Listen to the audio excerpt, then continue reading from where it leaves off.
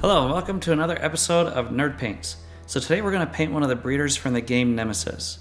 So similar to one of the intruder videos I posted for Nemesis, we're going to be using Green Stuff World color shift paint for the armor, as well as create slime for the base and maybe add some blood effects as well. But without further ado, let's go ahead and begin.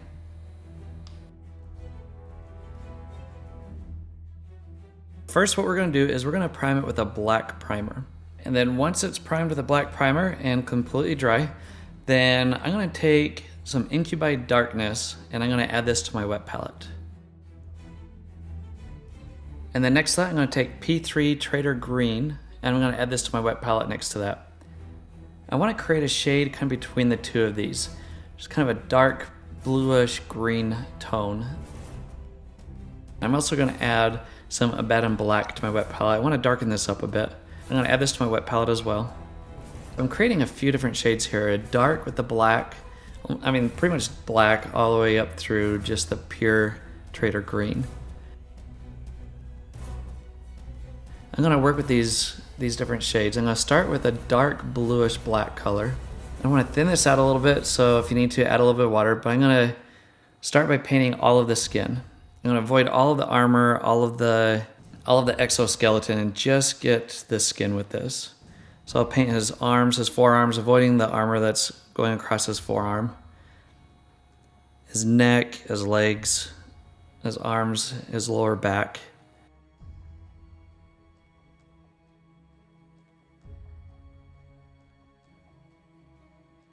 And then once you're done painting all the skin, then I'm going to start lightening that up just a little bit. I'm going to add a little bit of highlights. So I'm going to move up to the next shade, which is the blue with a little bit of green. And again, I want to thin this out.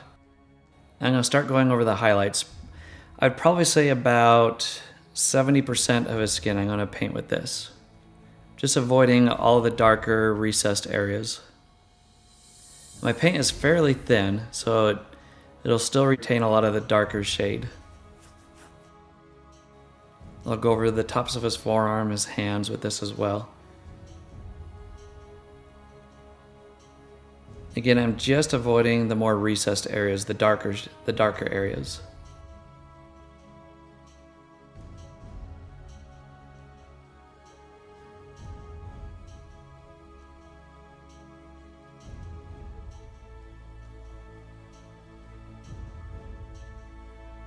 And then I'm going to let that dry, and then I'm going to jump up to the next shade up, which is going to be a little more green and a little bit less blue. And then this I'm going to go over more of the highlighted areas.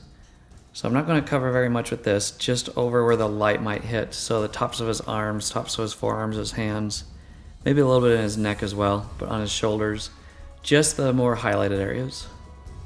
Again, my paint here is also fairly thin. If you need to add a little bit of water, just make sure it's fairly thin. So it should blend in fairly well.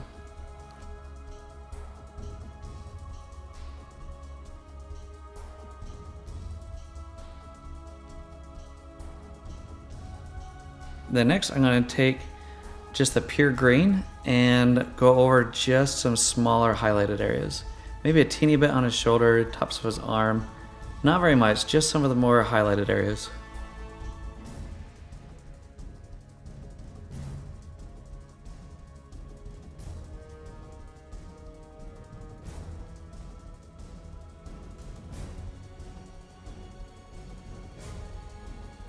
I'm going to blend that in a little bit using the next shade down and just kind of feather that in, just with that slightly darker shade.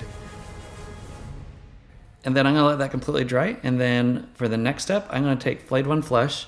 I'm going to add this to my wet palette. I'm going to add in just some small highlights. I'll mix the Traitor Green with the Flayed One Flesh. Make sure that's pretty thinned, so I'm going to add a little bit of water to this to thin that out a little bit more. I'm going to be a lot more selective with this, adding a few highlights here and there. Mainly where the light might come down and reflect. So I'm avoiding the darker recessed areas under his arms, just being a lot more selective where I'm going to add this. Mainly the more extreme highlights.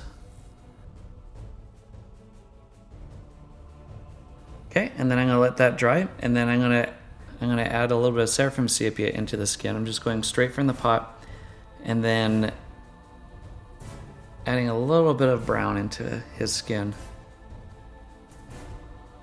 And with this, I'm gonna avoid a lot of the highlights with this as well, just going into some of the darker areas. Some more mid-tones to the darker shaded areas.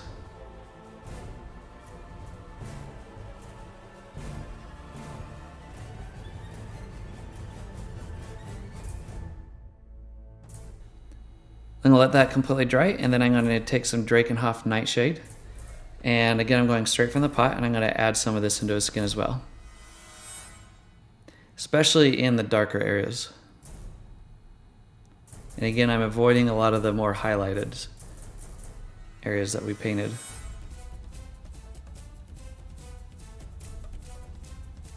Not going over all of the model, just mainly the darker areas and the shadowed areas.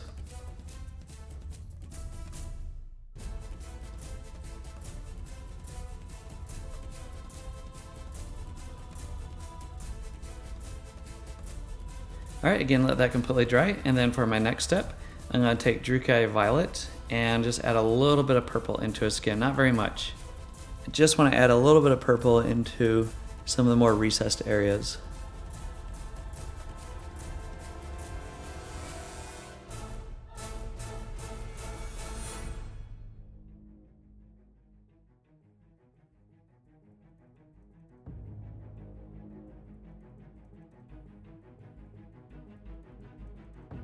Okay, I'm gonna let that completely dry, and then I'm gonna move on to his armor.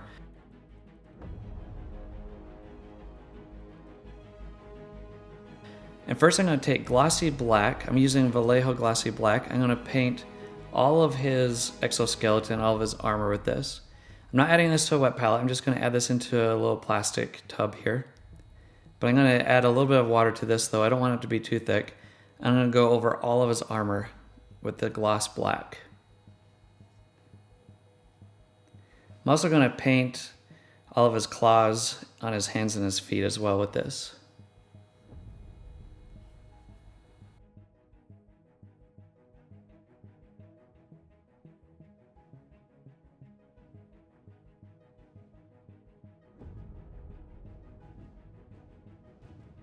Alright, then once that's done, this part you want to make sure it's completely dry before you move on to the next. But if the exoskeleton is not completely dry, it's going to rub some of that off. So I would give it a little bit extra time to make sure it's completely dry. But I'm going to take Darth Blue, one of their color shift paints. I'm going to add this also to a little plastic tub.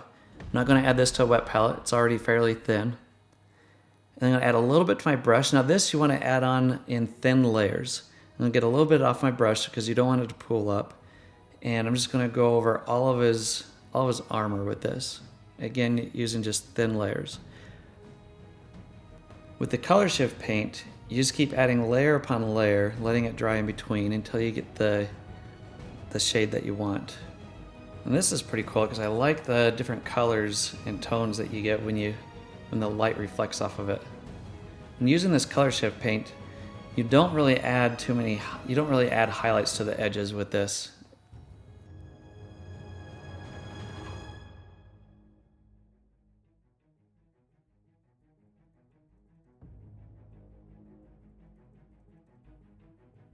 Now I've added a few layers to this, letting it dry completely in between. I did about 3 layers actually.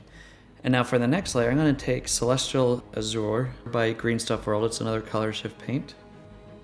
And I'm going to add a layer of this to his exoskeleton as well.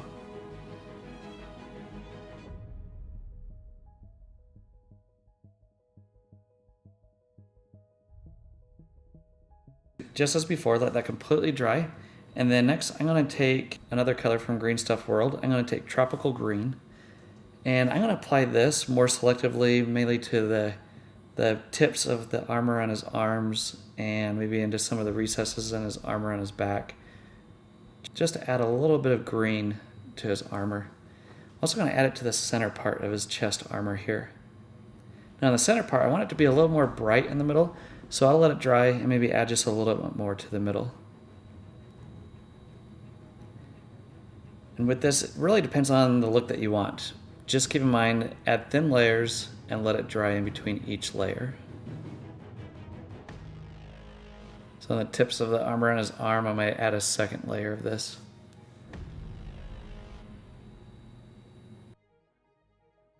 And then once that's completely dry, I'm going to take Tenebris Blue Intensity Ink by Green Stuff World. And I'm going to add just a little bit of this into some of the more recessed areas. I'm going to add this to a little plastic tub. I'm not adding it to my wet palette. But I'm going to brush this in with one brush. And with a dry brush, just fan that out just so it'll blend in a little bit better. But I'm not going over all the armor, just some of the more select areas. And this will help bring out some of the blues and some of the colors where I want it to be brighter.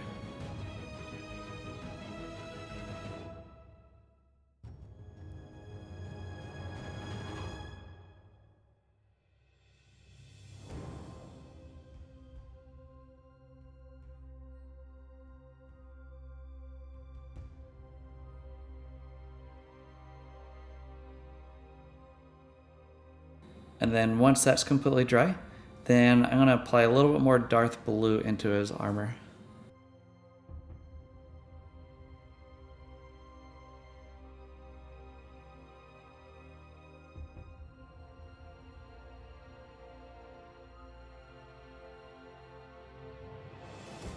And then next, you can do this while you're letting the armor dry. I'm going to go back to Flayed One Flesh.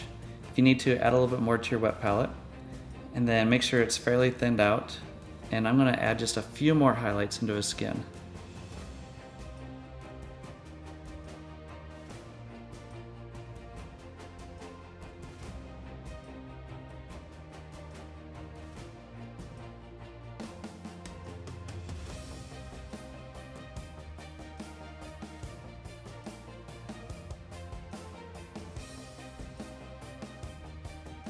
Okay, then I'm going to take Stormhost Silver. I'm going to go straight from the pot. I'm going to paint his teeth with this, and then just a little bit of a highlight on the claws of his hands and also the claws of his feet.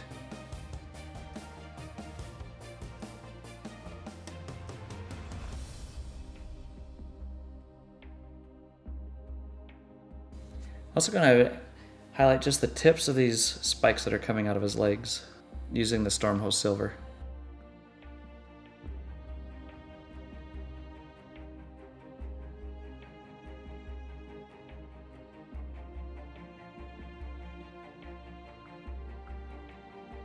If you need to, I'm going to go back to one of these darker shades, the darker blackish blue, and then just add a little bit more into his shaded areas, just to blend this in a little bit better.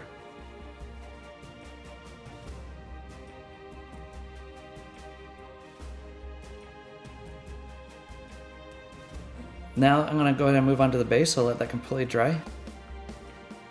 And then I'm going to take Leadbelcher. I'm going to take a dry brush, just going straight from the pot, add this to my dry brush, and then I'm going to get a lot of the excess paint off on using a paper towel. So I'm going to dab this in on a paper towel just to work some of the paint into the dry brush. Maybe use the ridges of my cup just to get a lot of the excess off. I'm going to dry brush over his base just to create that metal look.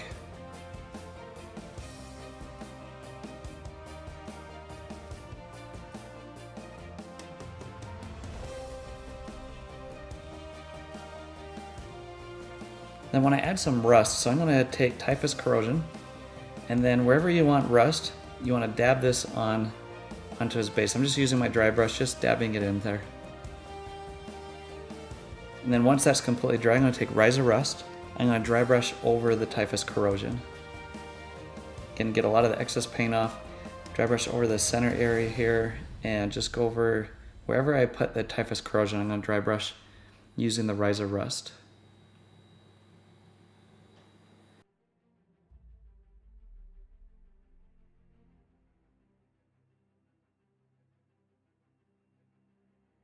Then once that's completely dry, we're going to move on to adding slime to his base.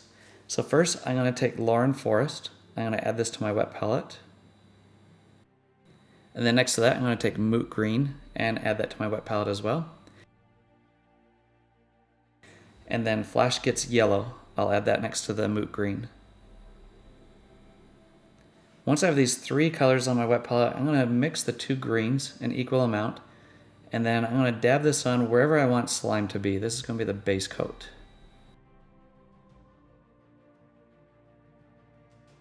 So however much or however little you want to put on your base is up to you. And then I'm going to go straight Moot Green, and I'm going to dab this into the shade that we created, into that base tone. This will help brighten it up more in the center areas of the slime.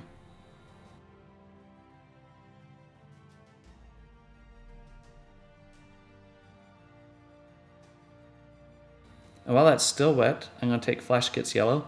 I'm going to swirl this into the slime just to brighten that up, especially the more center areas, the middle parts of the slime.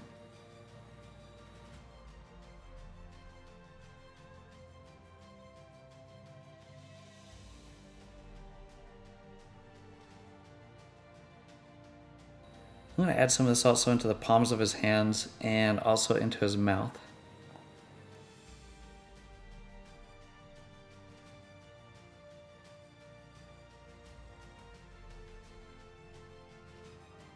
Now you'll want to let that completely dry. And then the next step, I'm going to take Nurgle's Rot, and I'm going to go over all of the slime that we just painted. You'll notice that I added a little bit more into the middle part of the base because I want that to be fairly thick. I'll add some into his mouth, and if you want to add any into his skin, then I might add in just a little bit into his neck and anywhere else where you might want just a little bit of slime.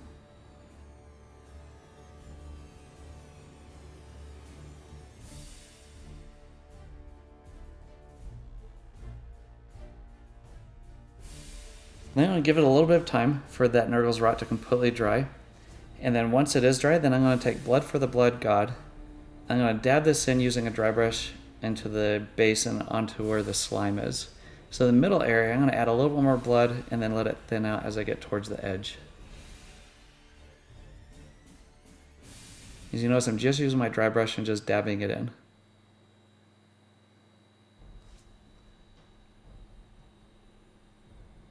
I'm going to add some also onto the claws of his hands, maybe on the palms of his hands and also into his mouth. So it looks like he just got done battling someone and tearing someone apart.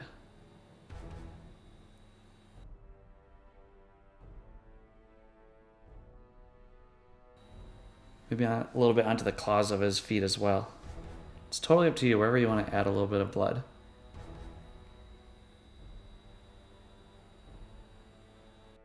Okay, while that's drying, I'm going to take Abaddon Black and I'm going to touch up the rim of his base with this.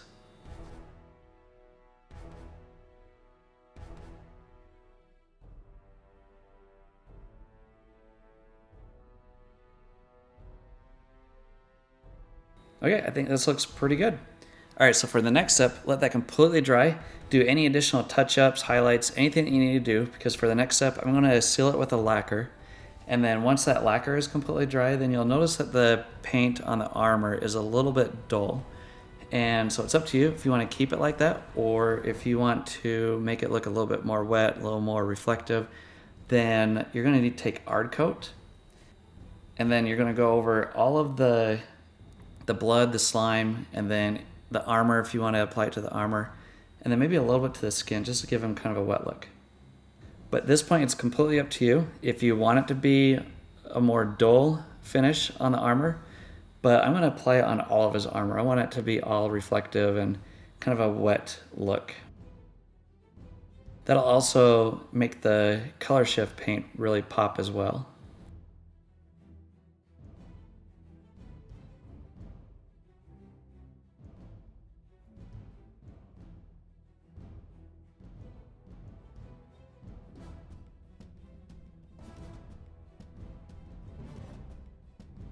With that though, I think we are done. I really like the color shift paints with these aliens. I think it gives them kind of a unique look. But if you haven't already, be sure to click subscribe below. And I hope you enjoyed this video and found some useful tips along the way. As always, thanks for watching and painting with Nerd Paints.